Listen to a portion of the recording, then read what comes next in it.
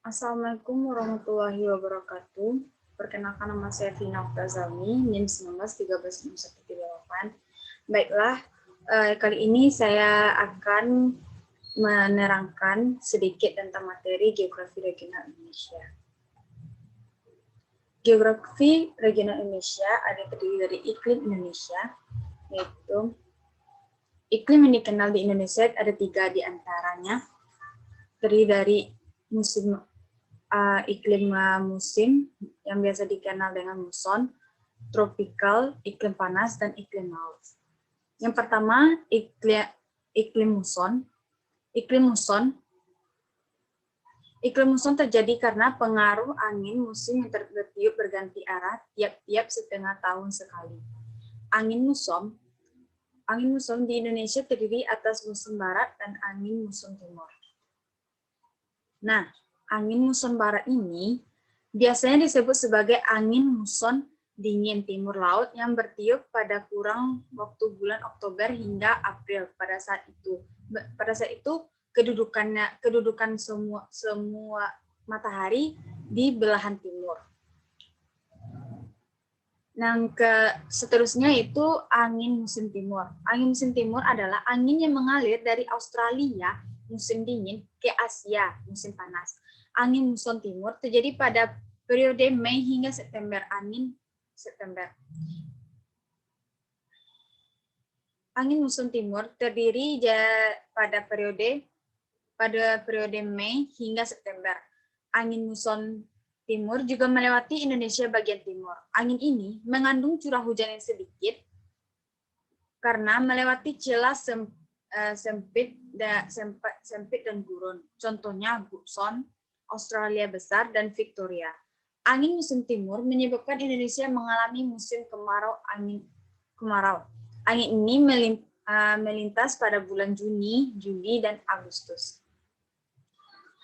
Nah, yang kedua itu iklim tropika, iklim panas. Indonesia terletak di sekitar garis khatulistiwa.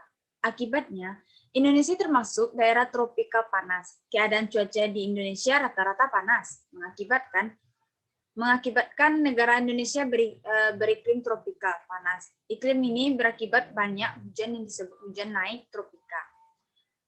Sebuah iklim tropis adalah sebuah iklim tropis. Dalam klasifikasi iklim Köppen itu adalah non-kering iklim di mana semua 12 bulan memiliki temperatur rata-rata di atas 18 derajat Celcius atau 64 derajat Fahrenheit. Berbeda dengan ekstratropis di mana terdapat variasi kuat dalam panjang hari dan karenanya suhu. Dengan musim, suhu tropis tetap relatif konstan sepanjang tahun dan variasi musiman yang didominasi oleh presipitasi. Iklim tropis terletak antara 0 derajat sampai 231 atau per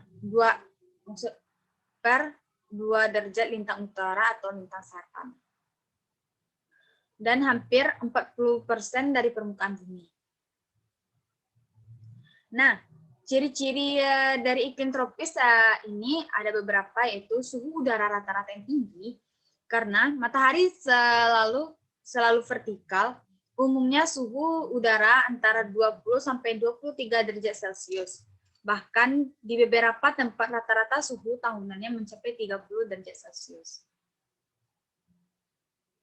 Dan kedua, amplitudo suhu rata-rata tahunan kecil. Di khatulistiwa antara 1 sampai 5 derajat Celcius, sedangkan amplitudo hariannya lebih besar. Nah, yang ketiga, tekanan udaranya rendah dan perubahannya secara perlahan dan beraturan. Dan yang terakhir, hujan banyak dan lebih banyak dari daerah-daerah di dunia. Dan kita lanjut itu pada iklim lautnya.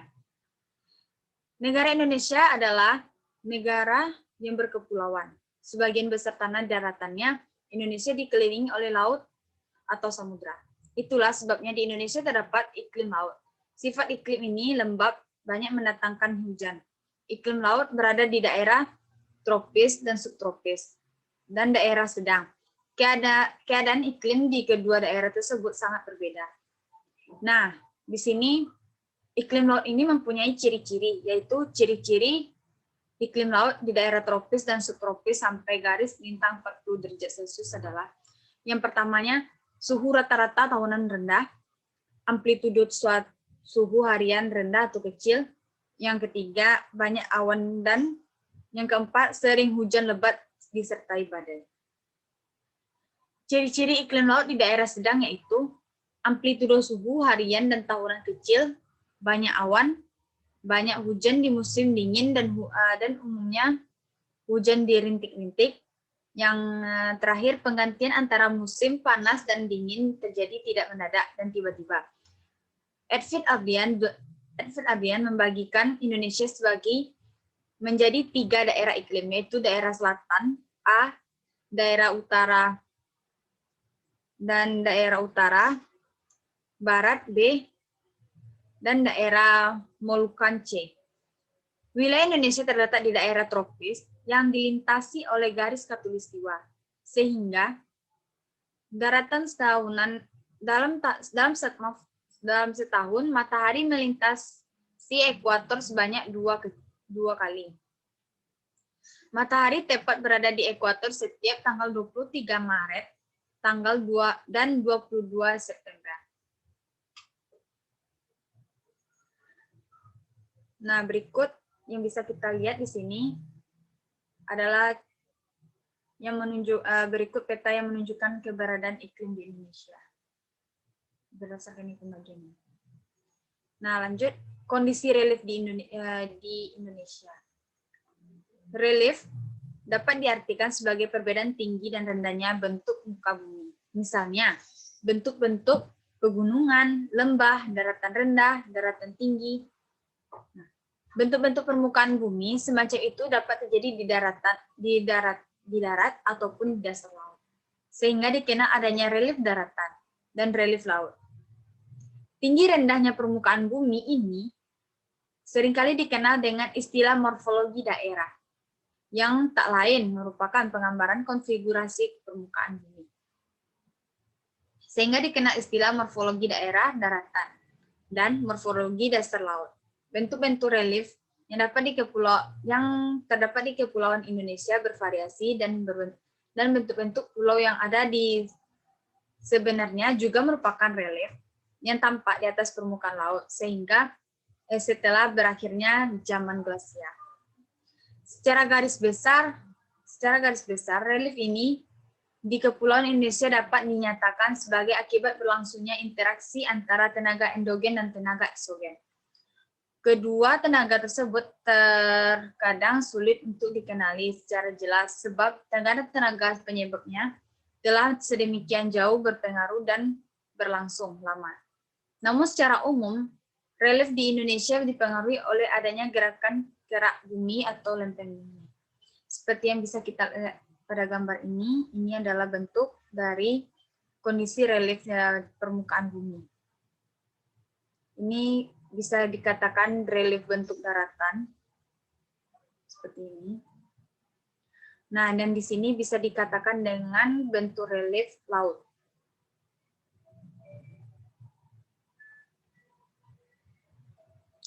Nah, relief daratan merupakan dari bumi yang sangat paling penting karena pada dasarnya manusia, binatang maupun tumbuh-tumbuhan tinggal di dalamnya. Pada relief dataran ini terdapat bentuk-bentuk seperti dataran rendah, dataran tinggi, gunung, pegunungan, bukit, lembah, ngarai maupun peneplian dan pantai. Nah, di sini juga terbagi relief daratan, terbagi atas daratan rendah, plains, daratan tinggi, plateau atau plateau, gunung, mountain, pegunungan, bukit, hill, lembah, valley, ngarai, canyon, peneplain, pantai, beach. Dan kedua, relief dasar laut. Relief bentuk pembukaan bumi lainnya adalah perairan, di mana relief ini sering ditunjukkan dengan warna biru, dan jika dilihat dengan seksama, warna biru ini lebih mendominasi dalam bola dunia. Hal ini dikarenakan luas perairan di bumi memang lebih luas daripada daratan. Adapun relief dasar laut meliputi bentuk dangkalan, lubuk laut, gunung laut, palung laut, ambang laut, punggung laut, dan sebagainya.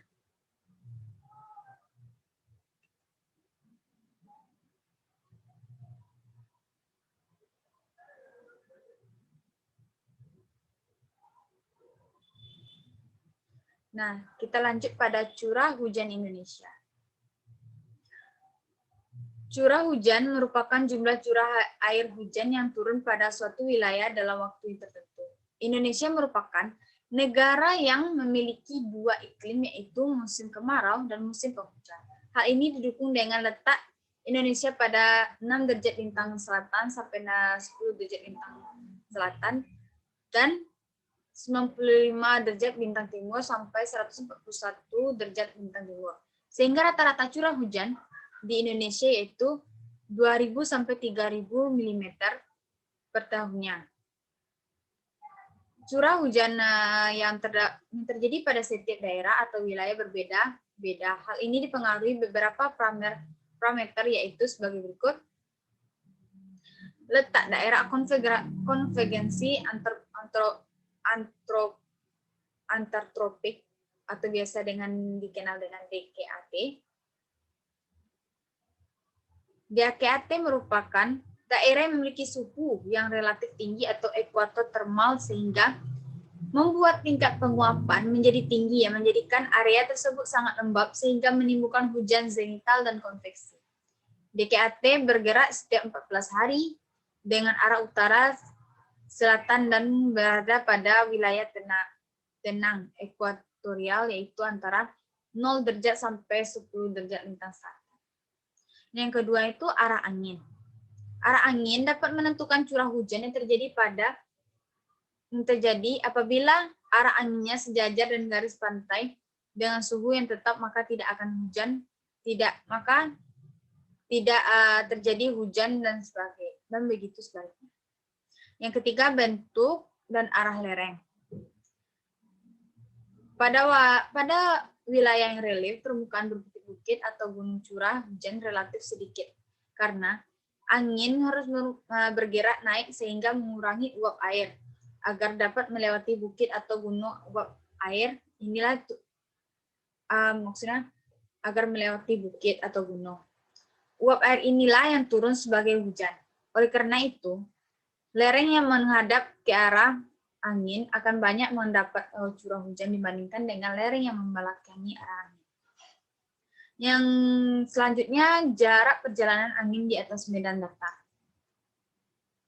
Semakin datar dan semakin lebar wilayah dataran yang dilewati angin, maka uap air yang dihasilkan akan semakin banyak.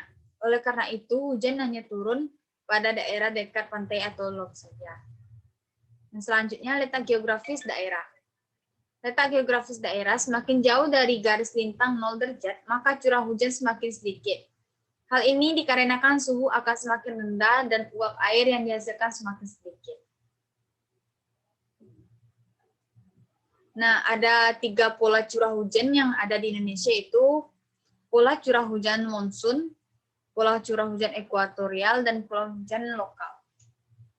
Seperti yang kita lihat ini, yang bertanda kuning ini adalah monsun tipe, yang hijau ini ekuatorial tipe, yang merah ini bertanda lokal tipe. Bisa kita lihat dari gambar persebaran pola curah hujan.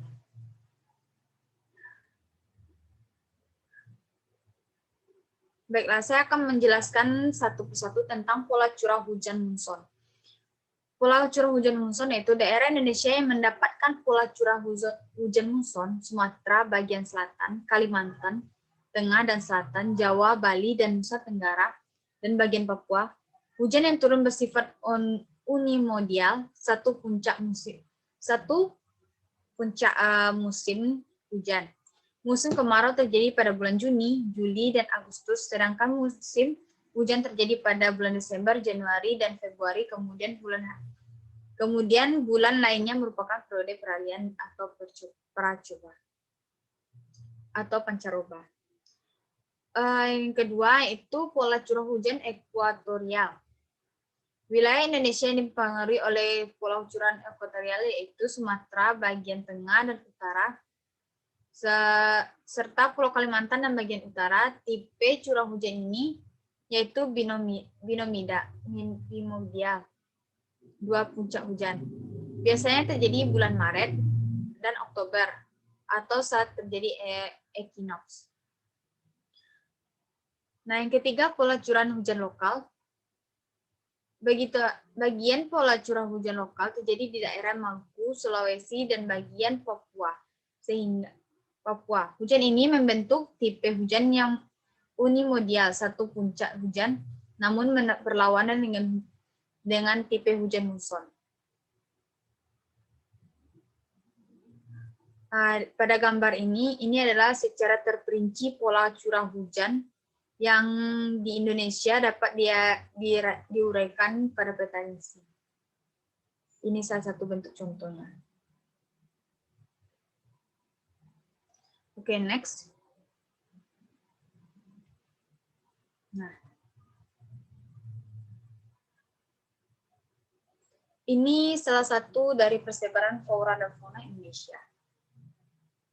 Seperti yang kita lihat pada garis Wallace, binatang-binatang persebarannya, dan garis Weber, Australia, peralihan.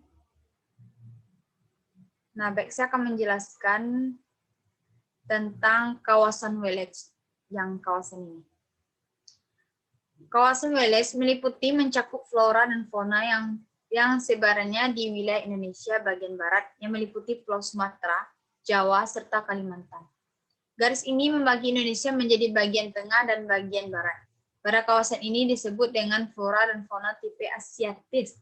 Adapun beberapa flora dan fauna pada kawasan ini, yaitu yang floranya tumbuhan merantian, berbagai jenis rotan, berbagai jenis nangka, Rafflesia arnoldi, anggrek, lumut, cendawan, pakuan, pohon jati. Seperti yang kita lihat ini persebaran dari garis Wallace-nya.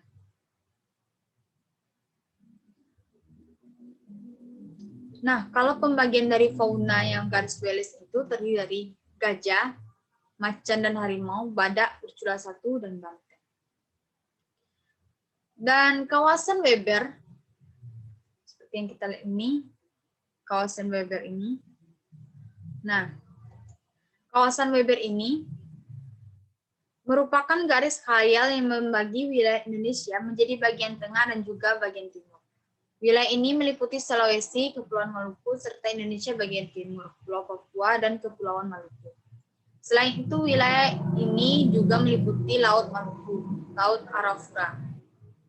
Pembagian dari flora dari kawasan Weber ini, yaitu floranya terdiri dari eboni, kayu besi, pinus, kayu hitam, akasia, rotan, beberapa jenis anggrek, jatis, sagu, meranti, kayu putih.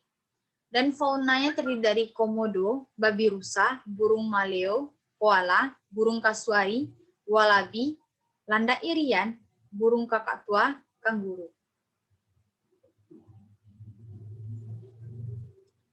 Nah, pada kawasan peralihan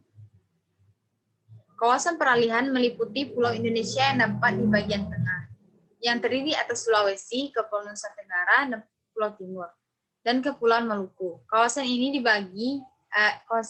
dibatasi oleh garis Wallace dan Weber. Nah, pembagian dari flora dan fauna dari kawasan peralihan ini, floranya itu Longusei, anggrek serat, cempaka hutan kasa, lontar, ajan kelicung, eboni, cendana, cengkeh, ampupu. Dan fauna dari peralihan ini yaitu ada kuda sumba, komodo, anua, burung serindet sangihe. Baiklah, itulah penjelasan dari materi yang saya sampaikan. Mohon maaf kalau ada kesalahan. Saya tutup membaca wabillahi taufiq wal hidayah. Wassalamualaikum warahmatullahi wabarakatuh.